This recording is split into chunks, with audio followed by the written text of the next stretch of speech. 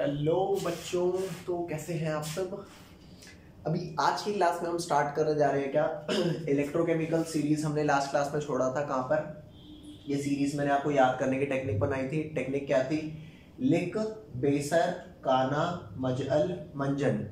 ठीक है। उसके बाद कर्फी, कड, कोनी, फिर सनपब। ठीक है। उसके बाद हाइड्रोजन हमारा बेस एलिमेंट होता है। उसके बाद ये कॉस्ट के हिसाब से कॉपर, मरकरी, सिल्वर, गोल्ड और प्लैटिनम, ये आपको मैंने बताया था।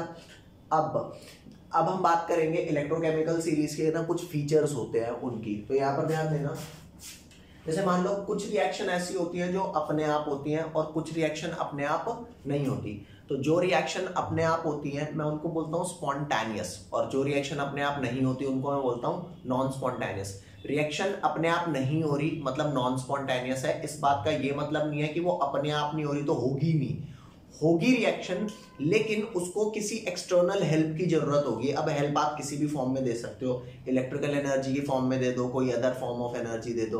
तो यहाँ पर ध्यान देना, सबसे पहले मैं आपको क्या बता रहा हूँ कि रिएक्शन दो टाइप की होती है, स्पॉन्टेनियस होती है और नॉन स्पॉन्टेनियस होती है। उनकी डेफिनेशन एक्सप्लेन कर देता हूँ। तो यहाँ पे reaction are of two types. तो पहली कौन सी हो गई? पहली हो गई स्पॉन्टेनियस। स्पॉन्टेनियस में क्या होता है आपका, रिएक्शन अपने आप होती है। ठीक है। और स्पॉन्टेनियस रिएक्शन का ना एक क्राइटेरिया होता है, एक वैल्यू होती है जिसको मैं बोलता हूँ इलेक्ट्रोड पोटेंशियल की वैल्यू। क्या? Electrode potential. तो स्पॉन्टेनियस के केस में ना ई नॉट की वैल्यू क्या होती है? पॉजिटिव होती है। ई नॉट क्या है? ई नॉट को मैं बोलता हूँ इलेक्ट्रोड पोटेंशियल। अभी इलेक्ट्रोड पोटेंशियल के बारे में ना तसल्ली से अपन लोग मस्त एकदम सीखेंगे। ठीक है। इलेक्ट्रोड पोटेंशियल क्या होता है इसके बारे में भी तसल्ली से सीखेंगे। तो स्पॉन्टेनियस रिएक्शन वो होती है जो अपने आप होती है, आप नहीं भी कराओगे ना। तो जैसे अपना खेलने का मन, घूमने का मन अपने आप करता है ना, कोई बोले चाहे ना बोले अपन घूमने चल देते हैं। क्यों? ओ पीछे से माँ बाप मारे तो मारे, वरना हम नहीं रुकने वाले। तो यहाँ पर ध्यान देना, स्पॉन्टेनियस रिएक्शन वो है जो ई नॉट, जिसका ई नॉट पॉजिटिव होता है। ई नॉट होता है इलेक्ट्रोड पोटेंशियल। इसकी यूनिट वोल्टेज की होती है। जो वोल्टेज होती है एक तरह का वोल्टेज ही है। ठीक है। सेकंड आती है non spontaneous reaction. Non spontaneous reaction लिख लेना, नॉन स्पॉन्टेनियस रिएक्शन। इस केस में ई नॉट की वैल्यू क्या होती है? ई नॉट की वैल्यू नेगेटिव होती है। मतलब अगर ई नॉट की वैल्यू नेगेटिव है मतलब वो रिएक्शन क्या है? नॉन स्पॉन्टेनियस है। नॉन स्पॉन्टेनियस का मतलब सिंपल यहाँ पर ये है कि वो रिएक्शन अपने आप नहीं होगी, अगर आप हेल्प दोगे तो वो हो जाएगी। ठीक है। तो यहाँ पर ध्यान देना, मैंने आपको क्या बताया था कि रिएक्टिविटी हम बात करते हैं इन टर्म्स ऑफ कि कोई एलिमेंट कितनी जल्दी इलेक्ट्रॉन लूज कर रहा है। अगर वो इलेक्ट्रॉन लूज इजीली कर रहा है तो वो हो गया रिएक्टिव एलिमेंट, लूज नहीं कर रहा नॉन रिएक्टिव। और यहाँ पर मैंने आपको इलेक्ट्रोकेमिकल सीरीज में ये भी बताया था कि लिथियम आपका हाईली रिएक्टिव एलिमेंट है, हाईली रिएक्टिव एलिमेंट। और ये आपका क्या हो गया? प्लेटिनम। ये लीस्ट रिएक्टिव हो गया। क्या हो गया? ये प्लेटिनम हो गया लीस्ट रिएक्टिव एलिमेंट। तो कौन इजीली लूज करेगा इलेक्ट्रॉन, लिथियम या प्लेटिनम? ऑब्वियस ही बात है लिथियम इजीली लूज करेगा, क्योंकि हमने रिएक्टिविटी उस पर बात करी थी कि कौन कितनी जल्दी लूज कर देता है। तो हम लिथियम और सोडियम का ना कंपैरिजन करते हैं थोड़ा सा। तो यहाँ पर ध्यान देना, ये रहा आपका लिथियम। लिथियम को अगर मैंने कहा कि बेटा आपको एक इलेक्ट्रॉन लूज करना है, ये ना बड़ा खुश हो गया, ओहो मेरे को एक इलेक्ट्रॉन लूज करवाएंगे, मजा आएगा। कैसे? क्योंकि ये तो इलेक्ट्रॉन लूज करना चाहता है, रिएक्टिव एलिमेंट है। तो इसके जो ई नॉट की वैल्यू होती है ना, Li से Li प्लस जाने की, इसकी वैल्यू होती है प्लस 3.05 वोल्ट।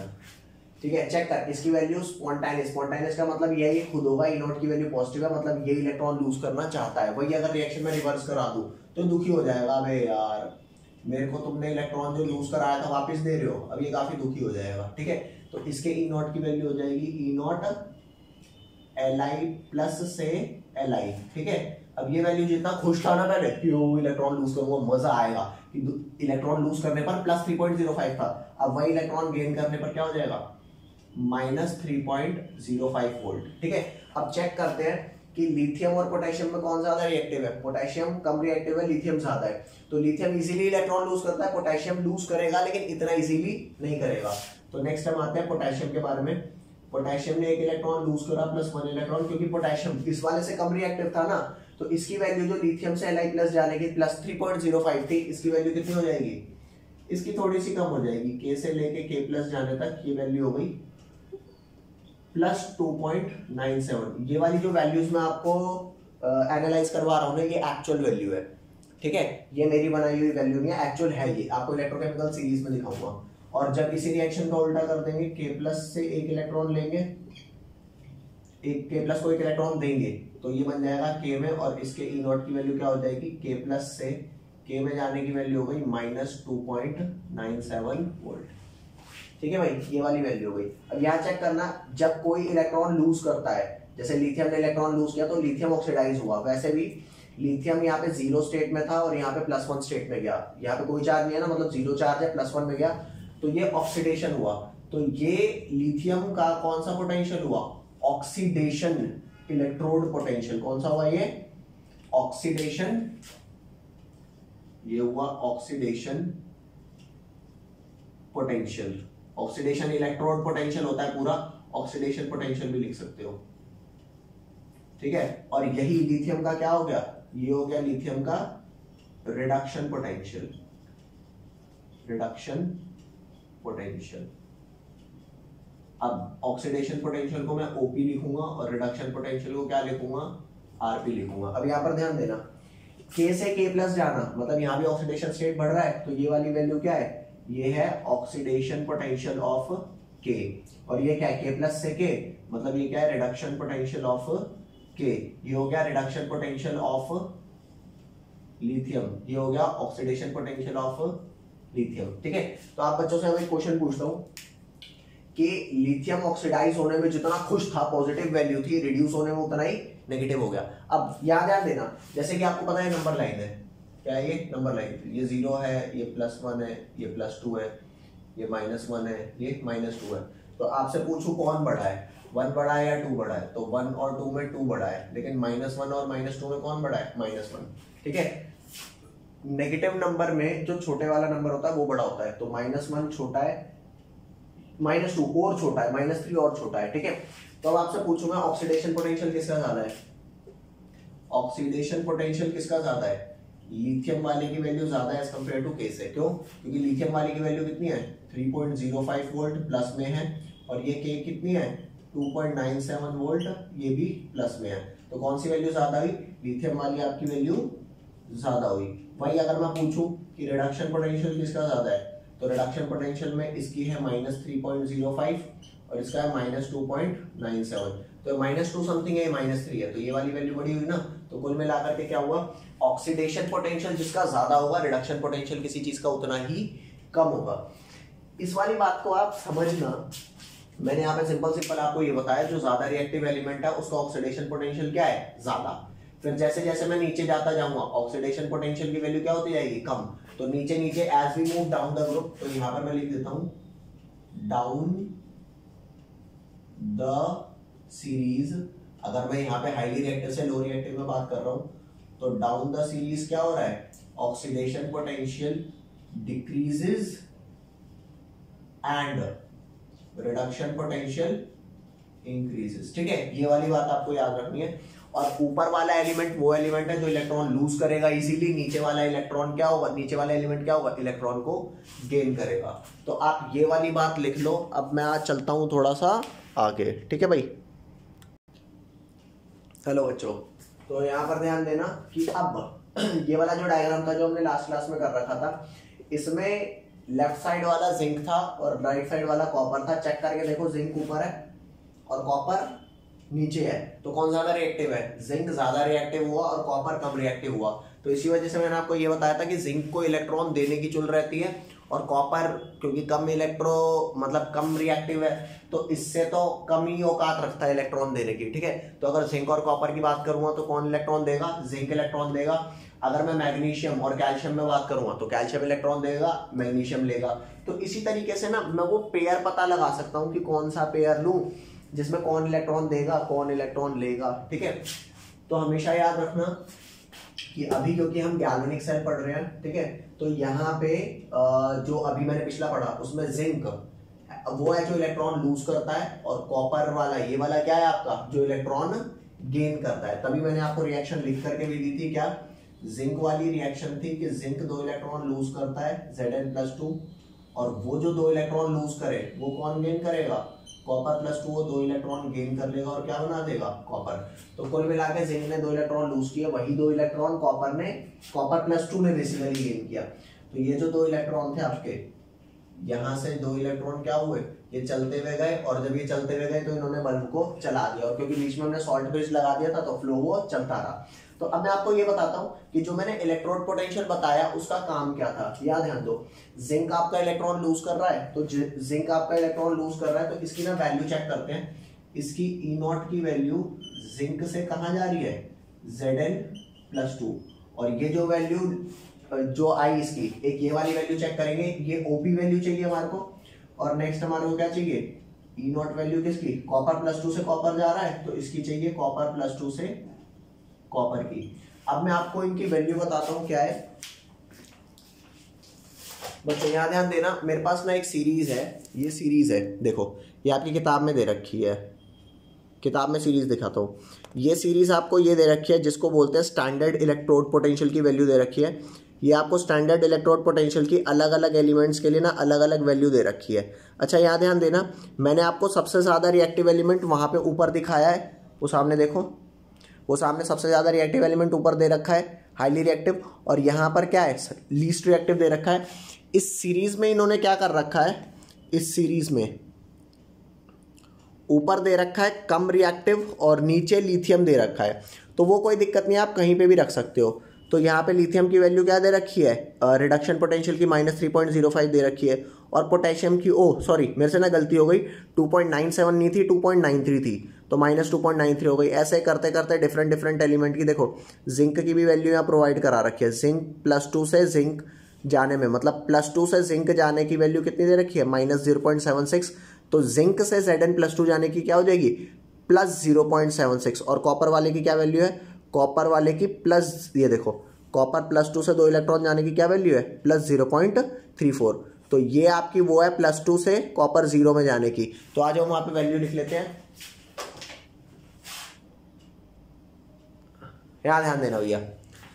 तो जो मैंने टेबल आपको दिखाई ना, वो किताब में आपके दे रखी है, टेबल 3.2 करके, 3.2 ही है ना, हाँ नहीं 3.1 टेबल है वो, तो उसे बोलते हैं इलेक्ट्रोकेमिकल सीरीज, उसे रिएक्टिविटी सीरीज भी बोलते हैं। तो अब यहाँ पर ध्यान देना, Zn+2 से, वहां पे Zn+2 से जिंक वाली वैल्यू दे रखी थी -0.76, तो यहाँ पर जिंक से Zn+2 वाली क्या हो गई, +0.76 वोल्ट, और कॉपर +2 से कॉपर वाली क्या दे रखी थी, +0.34। अब यहाँ ध्यान देना भाई, इस वाले पे आपका क्या हो रहा है, ऑक्सीडेशन हो रहा है, इस वाले पे क्या हो रहा है, ऑक्सीडेशन हो रहा है, और इस वाले पे रिडक्शन हो रहा है। तो जिस पे ऑक्सीडेशन हो रहा है उसकी ऑक्सीडेशन पोटेंशियल, जिस पे रिडक्शन हो रहा है उसका रिडक्शन पोटेंशियल, दोनों को ऐड कर दूंगा तो इस पूरे सेल का पोटेंशियल आ जाएगा कि पूरे सेल का पोटेंशियल क्या है। तो यहां पर ध्यान देना, ये आपका गैल्वेनिक सेल है, कौन सा है ये आपका, गैल्वेनिक सेल। इस गैल्वेनिक सेल के इलेक्ट्रॉन पोटेंशियल को बोलूंगा E0 सेल, क्या बोला इसको, E0 सेल, और ये बराबर होगा E0, ठीक है, Zn से Zn+2। यहां पे मैंने जिंक से Zn+2 क्यों लिया, क्योंकि जिंक जा रहा है Zn+2 में, यहां पे ये रिएक्शन हो रही है ना ऑक्सीडेशन की, तो इसका मैंने लिया ऑक्सीडेशन पोटेंशियल, इसका क्या लिया, ऑक्सीडेशन पोटेंशियल, और प्लस ये जो E0 कॉपर +2 से कहा जा रहा है, कॉपर में, तो इसका मैंने क्या लिया, इसका मैंने लिया रिडक्शन पोटेंशियल। भाई जहां ऑक्सीडेशन होगा वहां ओपी की वैल्यू, जहां रिडक्शन हो रहा है वहां आरपी की वैल्यू, दोनों को ऐड करो तो you will get the E0 cell. आप कहोगे वैल्यू कहां से आएगी, ये वैल्यू आपकी 3.1 टेबल में दे रखी है, 3.1 कहीं होगी किताब में, ये सेकंड चैप्टर होगा, तो याद ध्यान देना, इसकी वैल्यू हो गई आपकी 0.76 प्लस इसकी वैल्यू क्या हो गई 0.34, तो ये कुल मिला के आपका आ गया 1.10 वोल्ट। तो ये 1.10 वोल्ट ये टोटल मिला करके सेल पोटेंशियल दे रहा होगा, समझ रहे हो। अब ये करने के बाद ये वाला पार्ट ना आप लिख लेना, ये वाला पार्ट ना अभी मैं तुरंत मिटाने वाला हूं, इसकी जगह अब आपको एक्सप्लेन कराऊंगा इलेक्ट्रोड्स क्या होते हैं, ठीक है। तो इस वाले पार्ट को आप लोग लिख लो, मैं इसको मिटा देता हूं फिलहाल। ये वाली वैल्यू देख लेना, वैल्यू कैसे है ये आपको समझ में आ गया क्या, आपको जिस पे ऑक्सीडेशन हो रहा है उसका ओपी, जिस पे रिडक्शन हो रहा है उसका आरपी, दोनों को ऐड कर देना, ये आ जाएगा ई नॉट ऑफ सेल, और ये आपका गैल्वेनिक सेल है जिसका ई नॉट आपने निकाल लिया। ठीक है भाई, अब आपको मैं क्या कराता हूं कि इलेक्ट्रोड्स कितने टाइप की होती हैं। चलो भाई अब आते हैं किस पे कि इलेक्ट्रोड्स कितने टाइप की होती है। तो यहां पर लिखते हैं, ये लिखा मैंने इलेक्ट्रोड्स, ये जो मेरी ये जिंक की रॉड बनी है ना, कॉपर की रॉड बनी है, इनको इलेक्ट्रोड्स बोलते हैं। इलेक्ट्रोड्स कितने टाइप की होती है यहां ध्यान देना। ये आपने वर्ड्स पहले सुने होंगे, इलेक्ट्रोड्स में एक सुना होगा एनोड, एक सुना होगा आपने कैथोड। छोटी क्लासेस में ये टर्म्स तो आपने सुनी होगी।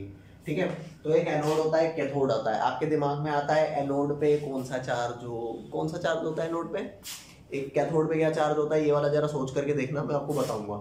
तो एनोड पे कई बच्चे कहेंगे पॉजिटिव चार्ज होता है, ठीक है, कैथोड पे कई कहेंगे नेगेटिव चार्ज होता है। तो भैया अगर इस पे प्लस है तो इस पे माइनस होगा, बात आपकी सही है। लेकिन मैं आपको आज ये बता देता हूँ कि एनोड पे हमेशा प्लस चार्ज नहीं होता। जो ये वाला सेल है ना, ये जो गैल्वेनिक सेल है, इसमें एनोड के ऊपर हर बार पॉजिटिव चार्ज नहीं होता। मतलब मैं कहता हूं गैल्वेनिक सेल पे एनोड पे पॉजिटिव चार्ज होता ही नहीं है। तो यहां पर ध्यान देना, एनोड पे पॉजिटिव भी हो सकता है, एनोड पे नेगेटिव भी हो सकता है, डिपेंडिंग अपॉन सेल कौन सा है। मैंने आपको शुरुआती क्लास में बताया था कि सेल दो टाइप के होते हैं, गैल्वेनिक होता है, एक इलेक्ट्रोलाइटिक होता है। तो अगर गैल्वेनिक सेल है तो एनोड पे कुछ चार्ज होगा, इलेक्ट्रोलाइटिक है तो एनोड पे कुछ चार्ज होगा। तो यहां पर ध्यान देना कि एनोड, सबसे पहले मैं आपको ये लिखवा देता हूं, electrodes are not classified on the basis of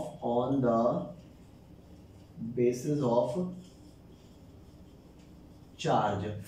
anode में नेगेटिव भी हो सकता है, पॉजिटिव भी हो सकता है, डिपेंडिंग अपॉन सेल। तो अगर आप चार्ज के बेसिस पे बोलते हो कि भाई मेरे पास ना एक पॉजिटिव इलेक्ट्रोड है, बताओ वो कौन सी है, एनोड है या कैथोड है, भाई वो एनोड भी हो सकती है, वो कैथोड भी हो सकती है। ठीक है, पॉजिटिव है तो एनोड भी हो सकती है और वो कैथोड भी हो सकती है, depending upon cell. Galvanic cell होगा तो कुछ चार्ज होगा, इलेक्ट्रोलाइटिक होगा तो कुछ होगा। तो हमेशा याद रखना इलेक्ट्रोड्स के ऊपर, यहाँ ध्यान दे, कदे तो कहे कि भैया मेरा तो इलेक्ट्रोड पॉजिटिव है, मैं तो हमेशा एनोड ही बोलूंगा, भाई ये बात गलत है। तो यहाँ पर ध्यान दे, electrodes are not classified on the basis of charge. Electrodes की क्लासिफिकेशन होती है on the basis of process. यहाँ ध्यान देना, इलेक्ट्रोड्स आर, नॉट हटा दे भैया बीच में से, नॉट हटा दे, इलेक्ट्रोड्स आर क्लासिफाइड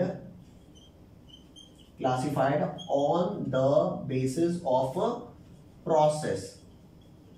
इलेक्ट्रोड्स किसके बेसिस पे क्लासिफाई होते हैं भाई, on the basis of process. तुम्हारे को एक बात बताऊं, एनोड के ऊपर ऑलवेज ऑक्सीडेशन होती है, चाहे गैल्वेनिक सेल हो चाहे इलेक्ट्रोलाइटिक सेल हो, एनोड के ऊपर ऑलवेज क्या होती है, ऑक्सीडेशन। तो यहां ध्यान देना, एनोड पे होती है ऑलवेज ऑक्सीडेशन, और कैथोड पे क्या होता है, always reduction. Always oxidation, always reduction. तो ऑलवेज ऑक्सीडेशन होगा एनोड पर और ऑलवेज रिडक्शन होगा कैथोड। तो यहाँ पे प्रोसेस क्या हो गया, अगर आपसे कोई पूछे भाई कौन से प्रोसेस, तो प्रोसेस दो टाइप के होते हैं। एक होता है आपका नहीं, गलत हो गया, प्रोसेस आपका होता है ऑक्सीडेशन या फिर रिडक्शन। तो हाँ, अगर कोई बंदा ये कहता है कि भाई ये एक इलेक्ट्रोड है जिसपे ऑक्सीडेशन हो रही है, बता कौन सी इलेक्ट्रोड है, तो अब वो एनोड है। अब आपको नहीं सोचना, किसी बंदे ने कहा भाई एक इलेक्ट्रोड है जिसपे पॉजिटिव चार्ज है, तो मैं नहीं बता सकता वो एनोड है या वो कैथोड है, क्योंकि पॉजिटिवली चार्ज एनोड भी होती है कैथोड भी होती है, डिपेंडिंग अपॉन सेल, कौन सा सेल है, गैल्वेनिक सेल है या फिर इलेक्ट्रोलाइटिक सेल है। लेकिन दोनों ही टाइप के सेल पे एनोड पे हमेशा ऑक्सीडेशन होगी, ये बात कंफर्म है। ठीक है भैया, तो यहां पर ध्यान देना, इस वाली जिंक का यहां पे ऑक्सीडेशन हो रहा है, तो ये क्या हुआ, ये आपका हुआ एनोड। क्या हुआ, ये आपका एनोड। इस बात को समझना, जिंक का ऑक्सीडेशन हो रहा है तो ये क्या हुआ, एनोड। और कॉपर का यहाँ पे क्या हो रहा है, रिडक्शन हुआ, तो यहाँ पर क्या है, ये कैथोड। अब बच्चों याद ध्यान देना, मैं आपको बताता हूं इसके ऊपर कौन सा चार्ज है। जब जिंक ने 2 इलेक्ट्रॉन लूज किए थे, तो वो 2 इलेक्ट्रॉन इसके ऊपर आए थे ना, तो इस पे हमेशा इलेक्ट्रॉन लूज होंगे और ये एज अ सोर्स एक्ट करेगा। मेरी बात सुनना, यहाँ पे ये वो पोजीशन है जहां पे इलेक्ट्रॉन लूज कर रहा है जिंक, तो यहाँ पे इलेक्ट्रॉन जनरेट हो रहे हैं, प्रोड्यूस हो रहे हैं, तो यहाँ पे जो इलेक्ट्रॉन आ रहे हैं, तो फिलहाल इस केस में एनोड पे क्या है, नेगेटिव चार्ज। यहाँ पर एनोड में क्या है, नेगेटिव, और अगर इस पे नेगेटिव है तो उस पे क्या हो जाएगा, पॉजिटिव चार्ज। तो आप याद रखना गैल्वेनिक सेल में एनोड पे नेगेटिव होता है। कई बच्चों के दिमाग में अब भी आ रहा होगा, नहीं यार एनोड तो पॉजिटिव होता है। भाई सुन, मैं ये वाली चीज बिल्कुल सही पढ़ा रहा हूं, गलत नहीं पढ़ा रहा, ट्रस्ट कर सकते हो, ठीक है। तो यहां पर ध्यान देना, एनोड नेगेटिवली चार्ज होता है किसमें, गैल्वेनिक सेल पे। गैल्वेनिक सेल पे एनोड क्या होता है, नेगेटिव चार्ज होता है। अब अगर इलेक्ट्रोलाइटिक सेल होता तो एनोड पे पॉजिटिव होता, वो तब बताऊंगा जब इलेक्ट्रोलाइटिक पढ़ाऊंगा। तो यहां पर ध्यान देना, आपको एक वर्ड दे रहा हूं, वर्ड क्या है, वर्ड है आपका LOAN। ये वर्ड मैं किसके लिए दे रहा हूं, ये वर्ड लोन, लोन गाड़ी के लिए नहीं दे रहा भाई, लोन दे रहा हूं गैल्वेनिक सेल के लिए। किसके लिए, ये वर्ड आपको मैं दे रहा हूं गैल्वेनिक सेल के लिए। लोन पे एल का मतलब है लेफ्ट, एल का क्या मतलब है, लेफ्ट, ओ का मतलब है ऑक्सीडेशन, ए का मतलब है एनोड, और एन का मतलब है नेगेटिव। क्या मतलब है, नेगेटिव। ये एक होता है ना बाय डिफॉल्ट सेटिंग कि एनोड को लेफ्ट पे रख दिया। अरे भैया तू एनोड को राइट पे रखता, कैथोड को लेफ्ट पे रखता तो भी कोई फर्क नहीं पड़ रहा था। एक डिफॉल्ट सेटिंग हो गई कि एनोड को लेफ्ट पे रख दिया, लेफ्ट वाले पे ऑक्सीडेशन होता है, वो एनोड होता है, और वो नेगेटिव होता है किसमें, गैल्वेनिक सेल में। हर सेल में नहीं, इलेक्ट्रोलाइटिक सेल में एनोड पर पॉजिटिव चार्ज होता है, लेकिन गैल्वेनिक सेल में एनोड पे कौन सा चार्ज है, नेगेटिव। तो याद रखना लोन, लोन वर्ड में क्या है, left oxidation anode negative, left oxidation anode negative. किसके लिए, ये है आपका गैल्वेनिक सेल के लिए, ठीक है। ये वाली बात याद रखना। और किसी भी सेल का आपको इलेक्ट्रोड पोटेंशियल की वैल्यू निकालनी हो तो जो आपका एनोड वाला सेल है, मतलब जो इलेक्ट्रॉन लूज कर रहा है, उसके तो आपको ओपी वैल्यू चाहिए, और जो रिडक्शन वाला है कैथोड, उसकी आपको आरपी वैल्यू चाहिए। ये आप सॉल्व करोगे, you will get the answer. इसे लिख लो जल्दी से, फिर हम बढ़ते हैं आगे की साइड पे, ठीक है। अब भाई एक बार इसके इलेक्ट्रॉन पोटेंशियल के बारे में फाइनल कॉल देख लेते हैं क्या होता है। मैंने आपको ये बताया था कि ये जिंक से Zn+2 जाने वाली कौन सी वैल्यू है, ये है ऑक्सीडेशन पोटेंशियल, और कॉपर +2 से कॉपर जाने वाली क्या है, ये है रिडक्शन पोटेंशियल। तो एनोड का ऑक्सीडेशन पोटेंशियल लेना है और कैथोड का क्या लेना है, कैथोड का रिडक्शन पोटेंशियल। तो हमेशा याद रखना ई नॉट ऑफ सेल किसके बराबर होगा, ई नॉट ऑफ सेल। ये ई नॉट ऑफ सेल को मैं बोलता हूं स्टैंडर्ड इलेक्ट्रोड। अभी तक मैं इलेक्ट्रोड पोटेंशियल बोल रहा था ना, नॉट स्टैंड होता है किसके लिए, स्टैंडर्ड के लिए। तो आप इसे क्या बोलेंगे, स्टैंडर्ड इलेक्ट्रोड पोटेंशियल। अगर मान लो ये नॉट नहीं लगा होता, ये नॉट नहीं लगा होता तो सिर्फ मैं कहता है इलेक्ट्रोड पोटेंशियल, लेकिन ये नॉट लगा है तो मैं बोलूंगा स्टैंडर्ड इलेक्ट्रोड पोटेंशियल। तो अब यहां ध्यान देना, ई नॉट सेल कैसे निकलेगा, ई नॉट सेल निकलेगा जो एनोड है ना, ई नॉट जो एनोड है, एनोड की ले लो ओपी वैल्यू, ठीक है। और जो कैथोड है, कैथोड की कौन सी लेनी है, कैथोड की लेनी है आरपी वैल्यू। कैथोड की क्या लेनी है, आरपी। ए चेक करके बता, ई नॉट एनोड की ओपी वैल्यू 0.76 है। तो अगर मैं -0.76 वैल्यू लूंगा तो ये कौन सी वैल्यू, देख ओपी पॉजिटिव है तो ये वाली वैल्यू कौन सी हो जाएगी, ये वाली वैल्यू हो जाएगी रिडक्शन पोटेंशियल। अरे क्या हो जाएगी, रिडक्शन पोटेंशियल। रिडक्शन पोटेंशियल कैसे शो करेंगे, इसको मैं शो करूंगा ई नॉट Zn+2 से जिंक। किससे शो करूंगा, ई नॉट Zn+2 से जिंक। भाई मेरे दोबारा सुन, ये ओपी था Zn से Zn+2 प्लस, तो ये Zn+2 से Zn क्या हो गया, नेगेटिव -0.76। तो सोच करके देख, अगर इस ई नॉट Zn+2 से जिंक जो मेरी किसकी वैल्यू है, ये वाली वैल्यू मेरी है -0.76, अगर इसके आगे नेगेटिव लगा दूं तो ई नॉट Zn+2 से Zn की वैल्यू जो -0.76 थी, अगर इसके आगे नेगेटिव लगा दूंगा तो क्या बन जाएगा, पॉजिटिव।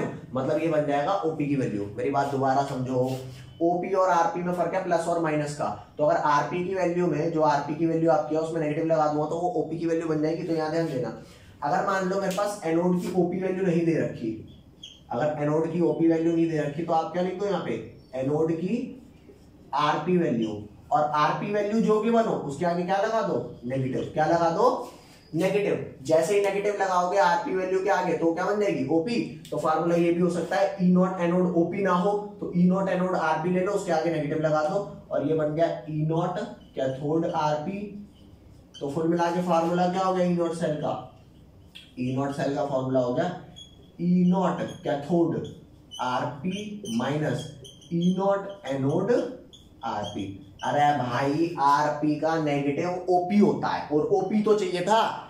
इस वाली बात को लिख, नहीं समझ आए कमेंट में बता कि ये वाला पोर्शन मेरे को समझ में नहीं आया, मुझे दोबारा समझाओ, मैं तेरे को समझाऊंगा लाइव क्लास लेकर के। चल क्या ध्यान दे, ठीक है भाई, ये वाली बात आपकी हो गई। अब आपको कराते हैं नर्स्ड इक्वेशन। चलो बच्चों अब हम स्टार्ट करेंगे क्या, नर्स्ड इक्वेशन क्या होती है। नर्स्ड इक्वेशन बताता हूँ, ठीक है, वो क्या होती है यहाँ ध्यान देना, इसमें आपको काफी कुछ सीखने को मिलेगा। ये वो टॉपिक है जो काफी इंपॉर्टेंट टॉपिक है, ये टॉपिक छूट गया तो ये चैप्टर नहीं हो पाएगा, इंपॉर्टेंट टॉपिक है, यहाँ पर ध्यान दो। नर्स्ड इक्वेशन आपकी होती है E cell is equal to E not cell minus 2.303 RT upon में NF लॉग प्रोडक्ट की कॉन्सेंट्रेशन अपॉन में रिएक्टेंट की कॉन्सेंट्रेशन। तो ये होते हैं नर्स्ड इक्वेशन, लेकिन ये बड़ी रॉ इक्वेशन है। इस वाली इक्वेशन को अभी हम थोड़ा पकाएंगे, पका के काम करने योग्य बनाएंगे कि हाँ मैं फार्मूला लगाऊंगा क्या। तो मैं एक एक करके टर्म्स आपको एक्सप्लेन करता हूँ। ये ई सेल हो गया आपका, क्या मैंने बोला था ना, जब नॉट नहीं लगा होगा, नॉट नहीं लगा होगा तो इलेक्ट्रोड पोटेंशियल बोलेंगे। तो ई सेल आपका हो गया इलेक्ट्रोड पोटेंशियल, इलेक्ट्रोड पोटेंशियल।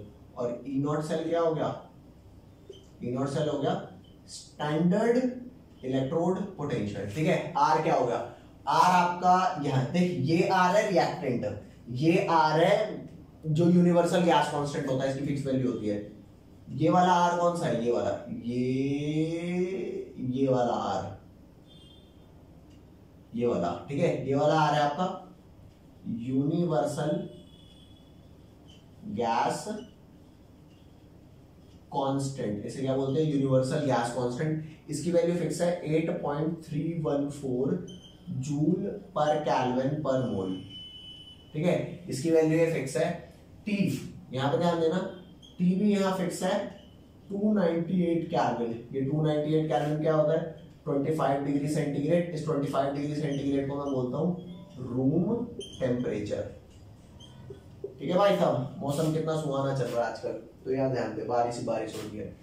298 और एन एफ क्या होता है, एफ के बारे में थोड़ा तसल्ली से बताता हूँ। इसे बोलते हैं फैराडेज कांस्टेंट, फैराडेज कांस्टेंट। और फैराडेज कांस्टेंट का क्या मतलब होता है, इसकी वैल्यू होती है 1 Faraday's equal to 96487 coulomb per मोल, ये वैल्यू होती है। इसको और करके लिख लेते हैं कि और इसकी और क्या वैल्यू हम ले सकते हैं, क्योंकि 96487 थोड़ा मुश्किल पड़ेगा ना कैलकुलेट करने को। तो एनसीईआरटी ये कहते हैं कि आप इसे 96487 की जगह 96500 लिख दो, 96500 कूलम पर मोल। अब ये वैल्यू है क्या, ये वैल्यू मैं आपको समझाता हूँ बच्चों। आपको पता है एक इलेक्ट्रॉन पे चार्ज क्या है, एक इलेक्ट्रॉन पे चार्ज होता है 1.6 इंटू 10 की पावर माइनस 19। तो यहाँ पर ध्यान देना, चार्ज ऑन 1 इलेक्ट्रॉन क्या होता है 1.6 इंटू 10 की पावर माइनस 19। और प्रिसाइज जाऊंगा तो 1.602 होता है इंटू 10 की पावर माइनस 19। इतने कूलम होता है एक इलेक्ट्रॉन पे, ठीक है। तो आपको एक मोल पता है, एक मोल क्या होता है, एक मोल होता है 6.022 इंटू 10 की पावर 23, ठीक है। तो यहां ध्यान देना, चार्ज ऑन 1 इलेक्ट्रॉन ये है, तो charge of 1 mole electron, 1 mole electron का क्या चार्ज हो जाएगा, एक के चार्ज को किससे मल्टीप्लाई कर दो, 1.6 इंटू 10 की पावर माइनस 19 कूलम को मल्टीप्लाई कर दो आप 6.022 इंटू 10 की पावर 23। इतने इलेक्ट्रॉन्स होते हैं पर मोल, ठीक है। तो ये वैल्यू और ये वैल्यू मल्टीप्लाई करके क्या आती है 96487 कूलम पर मोल। और इस वैल्यू को मैं अप्रोक्सीमेटली क्या लेने के लिए फ्री हूं, 96500 कूलम पर मोल। ये मैं 1 फैराडे को लेने के लिए फ्री हूं, इसमें कोई लोचा नहीं है। अरे यार लोग 96,487 96,487 का कुछ खरीद के लाएंगे तो सीधा लाख रुपया बताएंगे, लाख रुपए का पड़ गया। तो भाई ये इतना झूठ नहीं बोल रहा, लाख रुपए तो चलो ज्यादा हो गया, लेकिन 96,487 को 96,500 तो लिख ही सकते हैं। तो इस बात को समझना, एक इलेक्ट्रॉन का चार्ज इतना है, 2 इलेक्ट्रॉन का चार्ज हो जाएगा इंटू 3 का हो जाएगा इंटू 3, 4 का हो जाएगा इंटू 4, 5 का हो जाएगा इंटू 5। तो वैसे ही 1 मोल में इतनी सारी चीजें होती हैं। ये काफी बड़ा नंबर है क्योंकि 10 की पावर 23 है, तो इसको सॉल्व करूंगा, काफी बड़ा नंबर आएगा, उसे बोलते हैं 1 मोल। 1 मोल क्या होता है? Avogadro number. मल्टीप्लाई किया हमारे को 4 मिल गया। अब जब इस वैल्यू को, किस वैल्यू को, जब मैं एफ की वैल्यू को, एफ और टी और आर टी और एफ इन वैल्यू और 2.303 इन सबको सॉल्व करता हूं तो मेरे पास नेट इक्वेशन आ जाती है वर्किंग कंडीशन में। तो यहां पर ध्यान देना, मेरी ये क्या हो जाती है equation, E cell is equal to E not cell minus, इनको सॉल्व किया किस किस को, यहां ध्यान दे भाई, एक 2.303 को, एक एफ को और एक टी को, इसको सॉल्व किया तो मेरा फाइनल क्या आ गया भैया, ये मेरी वैल्यू आ गई 0.0591 अपॉन, नीचे n एज इट इज था तो नीचे n एज इट इज है log P बाय R, ये प्रोडक्ट की कॉन्सेंट्रेशन, ये रिएक्टेंट की। तो ये जो मेरे पास इक्वेशन आई ये वाली, इसे बोलते हैं नर्स्ट इक्वेशन। ये मेरा वर्किंग फॉर्मूला है। वर्किंग फॉर्मूला का मतलब मैं आपको बताया था बच्चों क्या होता है। वर्किंग फॉर्मूला का मतलब होता है कि फॉर्मूला एक ऐसी कंडीशन में जिस दोबारा सुन, वर्किंग फॉर्मूला का क्या मतलब होता है, फॉर्मूला एक ऐसी कंडीशन में जिस कंडीशन में मैं उसे सॉल्व करने के लायक हूं। ठीक है भाई, ये होता है। तो यहां पर ध्यान देना भाई भाई भाई भाई भाई भाई मेरी बात तो। अब मैं आपको नर्स्ट इक्वेशन की एप्लीकेशन समझाऊंगा, किस लिए यूज करते हैं, और एक चीज और रह गई है जिसको बोलते हैं रिप्रेजेंटेशन ऑफ सेल। तो ये सारा मिटा रहा हूं बच्चों, चलते हैं आगे। चलो बच्चों, अब इस क्वेश्चन को ध्यान देना। आपको कह रहा है रिप्रेजेंटेशन ऑफ सेल वाला जो टॉपिक है ना, ये मैं आपको एक क्वेश्चन के माध्यम से समझाता हूँ। ये क्वेश्चन भी हो जाएगा। ये क्वेश्चन पेपर में पता है कितने मार्क्स का आता है? ये क्वेश्चन आता है पेपर के अंदर 3 मार्क्स का। 3 मार्क्स का है, मतलब काफी इंपॉर्टेंट है और फ्रीक्वेंटली पूछा जाता है। सिर्फ एनसीईआरटी में ही, मतलब सीबीएसई पेपर में ही नहीं, ये आपका पूछा जाता है, नीट, जेई एडवांस सब जगह पूछा जाता है। ये तो भाई बहुत इंपॉर्टेंट क्वेश्चन है। तो यहाँ पर ध्यान देना कि ये कह रहा है इस सेल की रिप्रेजेंटेशन करो। तो रिप्रेजेंटेशन जो होती है ना, वो होती है कैसे, इसका मैं सोल्यूशन करता हूं। रिप्रेजेंटेशन कैसी होती है, यहां ध्यान देना, रिप्रेजेंटेशन ऑफ सेल, ठीक है, ये दी जाती है किससे, ए बी सी से। किससे दी जाती है? A B C. ये एबीसी है एक्सेलरेटर, ब्रेक, क्लच नहीं, ये है एनोड, ब्रिज, कैथोड। क्या है ये? Anode, bridge, cathode. तो यहां पर ध्यान देना, ये क्या है, ए है एनोड, बी है ब्रिज जो हमारा सॉल्ट ब्रिज था, और सी है हमारा कैथोड। ठीक है भाई, बस थोड़ी देर हो रही है, बोर मत हो। यहां ध्यान दे, देख एनोड पे क्या है आपका, एनोड में देख, चेक कर, मैंने आपको बताया था जिस पे ऑक्सीडेशन होती है, Mg की 0 स्टेट है, 0 स्टेट से कहां गया ये, Mg+2। तो मतलब ये क्या हुआ, ये ऑक्सीडेशन हुआ है, मतलब ये है आपका एनोड। क्या है भैया? Oxidation, anode. और ये Ag+1 से कहां गया, Ag+1 से गया ये 0, तो ये हुआ आपका रिडक्शन। रिडक्शन का मतलब होता है कैथोड। तो भैया ध्यान देना, एनोड में Mg से गया Mg+2, तो यहां पर मैं एनोड डाल देता हूं। एनोड में गया Mg से Mg+2। आप लेफ्ट साइड में रिएक्टेंट दिखाएंगे और राइट साइड में उसी एनोड का प्रोडक्ट दिखाएंगे। और एनोड के प्रोडक्ट की जो क्या बोलते हैं, जो आयन है, आयन की कॉन्सेंट्रेशन होती है वो यहां शो कर देंगे, 0.130 मोलर। ठीक है, फिर ब्रिज के 2 ये दिखाएंगे। उसके बाद ये आपका है कैथोड Ag+ में, और Ag+ से कहां गया, Ag में। तो यहां लिखा देंगे क्या, Ag+ और Ag+, जो भी आयन्स होते हैं ना उनकी कंसंट्रेशन गारंटीड भी होगी। तो यहां पर आपको आयन की कंसंट्रेशन दे रखे 0.0001 इतने मोलर, और ये गया है किसमें, Ag में।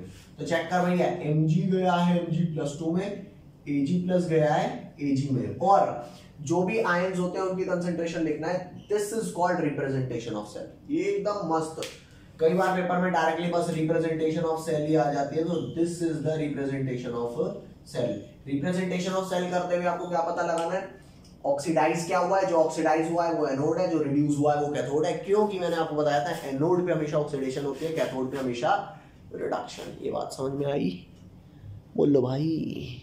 चलो नेक्स्ट आते हैं। अब ये क्वेश्चन करना कैसे है, ये क्वेश्चन कुछ ऐसे करना है, याद है हमें ना। ये रही आपकी क्या, ये वर्किंग फॉर्मूला है आपका, ई सेल निकालने के लिए ई नॉट सेल की वैल्यू गिवन है। अब ये सॉल्व कर रहे हैं। हाँ, एन की वैल्यू बताता हूँ कैसे निकालनी है। एन की वैल्यू आप चेक करो भैया, how to calculate N, how to calculate N, N कैसे कैलकुलेट करना है। तो ये चेक कर भाई, mg से गया mg+2, mg से अगर mg+2 गया है तो कितने इलेक्ट्रॉन का चेंज आया, mg से mg+2 गया तो 2 इलेक्ट्रॉन का चेंज आया, ठीक है भाई। और Ag+ से गया है Ag, तो क्या गया है, Ag+ से Ag में 1 इलेक्ट्रॉन लिया होगा, तभी तो एक का चेंज आया होगा। अब यहाँ पे 2 है, यहाँ पे 1 है, मेरे को दोनों साइड इलेक्ट्रॉन बराबर करने होते हैं, तो यहाँ पे मैं 2 से मल्टीप्लाई करूंगा, 2 से मल्टीप्लाई करूंगा तो क्या हो जाएगा, ये 2Ag plus 2 electron gives 2Ag।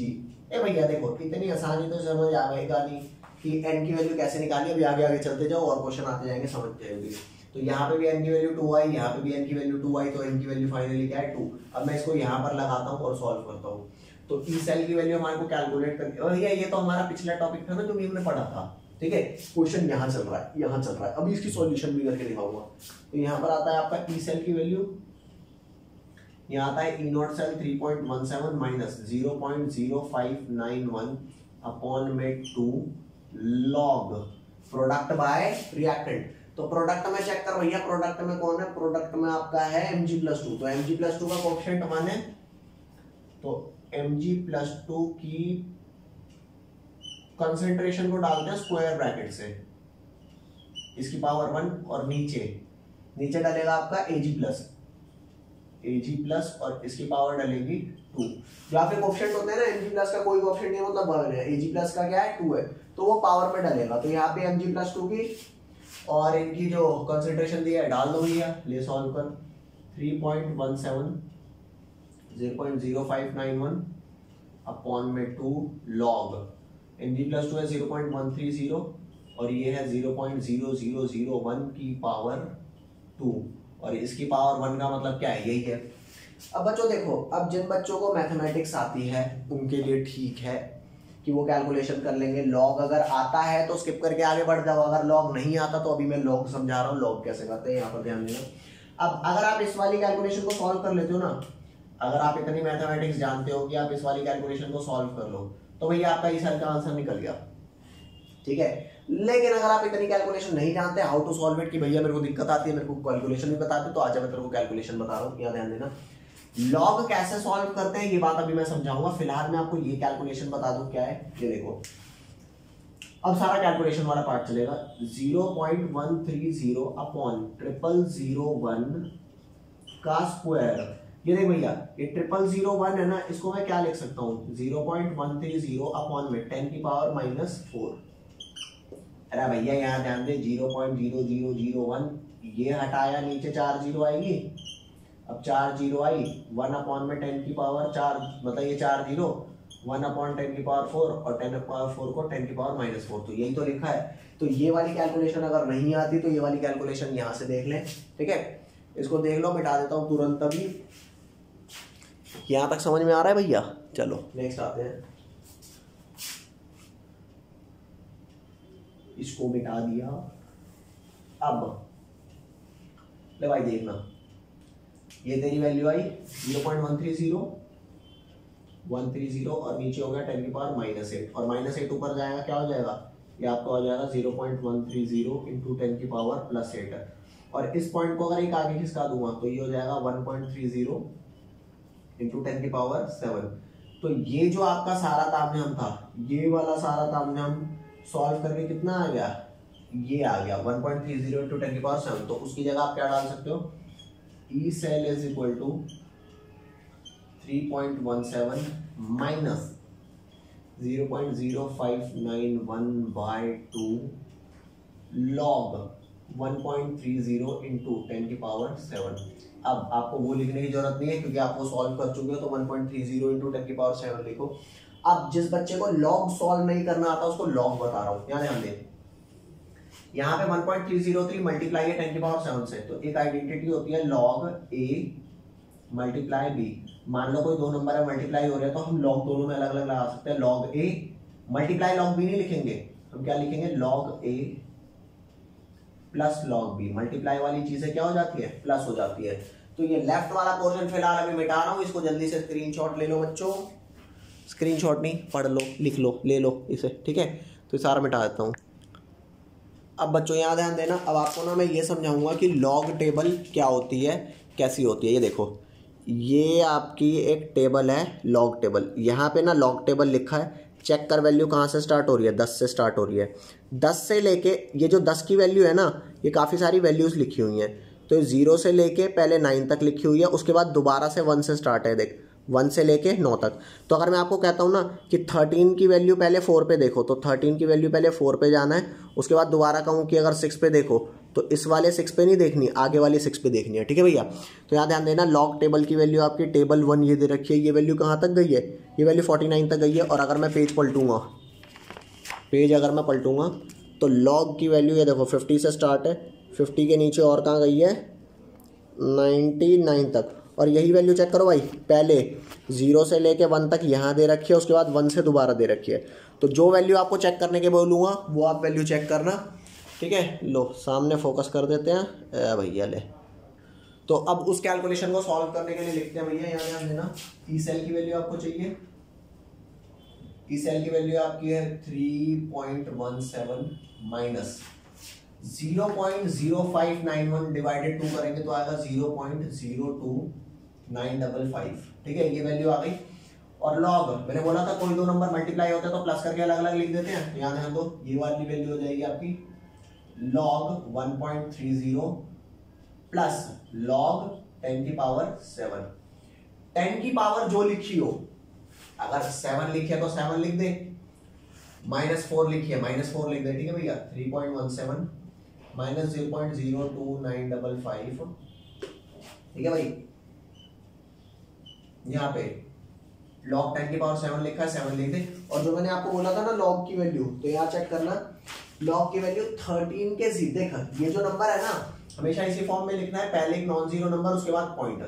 तो उसको रीड करेंगे 13 का 0, 13 का 0। तो चेक कर भैया 13 के 0 पे क्या वैल्यू है, जैसे मैंने आपको बताया था ना 13 के 0 पे 1139 लिखा है, तो 1139 लिख दिया। और 1139 से पहले आप क्या डाल दोगे बच्चों, एक पॉइंट, तो हो गया 0.1139। तो ये आपका हो गया। अगर आपको लॉन्ग नहीं समझ आया यू कैन मैसेज मी, मैं आपको लाइव बता दूंगा, ठीक है, आपको लाइव बता दूंगा, मेरे को बता देना कि आपको डाउट आ रहा है, ठीक है। तो यहाँ पर आते हैं 3.17 माइनस 0.02955 और ये प्लस करके आ गया मल्टीप्लाई 7.1139। अब इन दोनों नंबर को मल्टीप्लाई करो, जो नंबर आएगा उसको 3.17 से माइनस कर देना। मेरे पास कैलकुलेटर अभी नहीं है, इसको जो नंबर आए माइनस करके आपका फाइनल आंसर यहाँ पर जहां तक मुझे लगता है कितना आ जाएगा, यहाँ ध्यान देना भैया, ये आ गया 0.21 और इसे सॉल्व करेंगे तो आ गया 2.96, ठीक है। ये आपका हो गया। नेक्स्ट हमारा क्या आता है, नेक्स्ट हमारा आता है कि केसी और डेल्टा जी के बीच में रिलेशन होती है, केसी और ई नॉट के बीच में रिलेशन होता है, वो बताता हूँ, इसे मिटा लो। ये वाला क्वेश्चन आपका हो चुका है, ठीक है। अब इसके बेसिस पे और क्वेश्चन आपकी किताब में दिए हुए हैं, उनको ट्राई करना, फिर करते हैं उन्हें। नेक्स्ट अब आपको बताता हूँ, नेक्स्ट टॉपिक है हमारा equilibrium constant from the Nernst equation. इसे नर्स्ट नहीं बोलते, नर्स्ट बोलते हैं, एन है ना बीच का साइलेंट होता है, नर्स्ट होता है वैसे, ठीक है।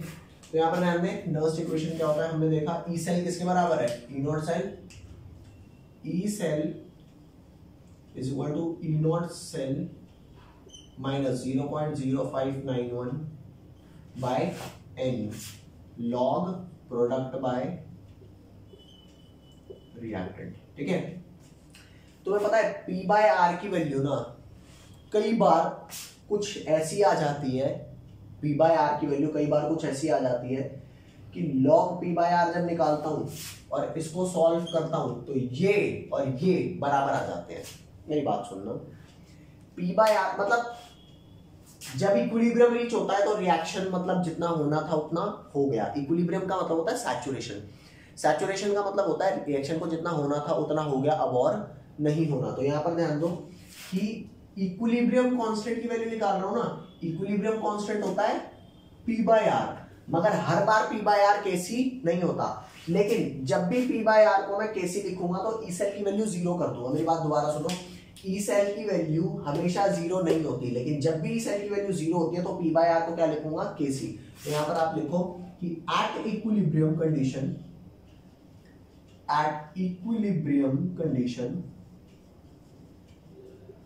at equilibrium condition E cell become equal to 0 and P by R उस टाइम पे क्या लिख देते हैं, P by R को उस टाइम पे लिख देते हैं KC। हमेशा P by R को KC नहीं लिखते, दोबारा बोल रहा हूं, मैं कह रहा हूं P by R को KC आप तब लिखोगे जब E cell जीरो हो जाएगा। E cell तब जीरो होगा जब E not minus this quantity zero हो जाएगी। तो यहां ध्यान देना, तो यहां पे डाला जीरो, ये डाला E not cell minus 0.0591 upon n log KC, और लॉग केसी, अब ये ई नॉट सेल उधर जाएगा तो zero minus E not cell, ये हो जाएगा minus E not cell equal to minus 0.0591 by n log KC. इसे सॉल्व करेंगे तो क्या आएगा, नेगेटिव से नेगेटिव गॉन, तो ये आ गया N into E not cell upon में 0.0591, ये हो गया आपका log KC.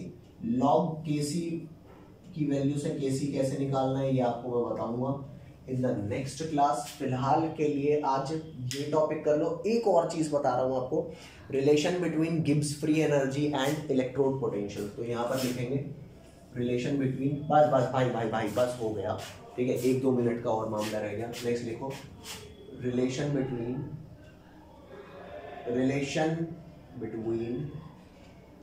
delta G and E cell। अगर यहाँ पे E cell लिखा है तो यहाँ डेल्टा G होगा एक केस, और अगर यहाँ पे डेल्टा G नॉट होगा तो यहाँ पे होगा E नॉट सेल। मेरी बात सुन, अगर यहाँ नॉट है तो यहाँ नॉट होगा, अगर यहाँ नॉट नहीं है तो यहाँ नॉट नहीं होगा। नॉट का मतलब होता है स्टैंडर्ड और डेल्टा G होता है फ्री एनर्जी। तो यहाँ पर ध्यान देना, डेल्टा जी का फॉर्मूला होता है minus N F E cell, और डेल्टा जी नॉट क्या होता है, minus N F E not cell. Next class में मैं आपको ये समझाऊंगा कि लॉग का एंटी लॉग लेके कैसे केसी वैल्यू निकाले। फिलहाल अगर आपको स्टैंडर्ड गिब्स फ्री एनर्जी पूछा है तो स्टैंडर्ड इलेक्ट्रोड पोटेंशियल डालना, अगर सिर्फ गिब्स फ्री एनर्जी पूछा है तो सिर्फ इलेक्ट्रोड पोटेंशियल डालना। ये 2 फॉर्मूले हैं, ये कर लो, then we will meet in the next class. और आपको अगर कोई सजेशन हो कि ये वीडियो, अगर आप अभी तक देख रहे हो, कोई सजेशन हो कि वीडियो को अच्छा बनाने के लिए हम और क्या कर सकते हैं, तो आप बिल्कुल बताओ, हम वीडियो को और अच्छा बनाने की कोशिश करेंगे। आपका कोई स्पेशल चैप्टर हो जो आप पढ़ना चाहते हो तो वो भी बताना, हम उसको लेकर के आएंगे, ठीक है। और कनेक्टेड रहना, अगर वीडियो अच्छी लगे तो सब्सक्राइब कर दो, बहुत मोटिवेशन मिलती है आप लोगों से। ओके, मिलते हैं इन द नेक्स्ट क्लास, चलो बाय बाय।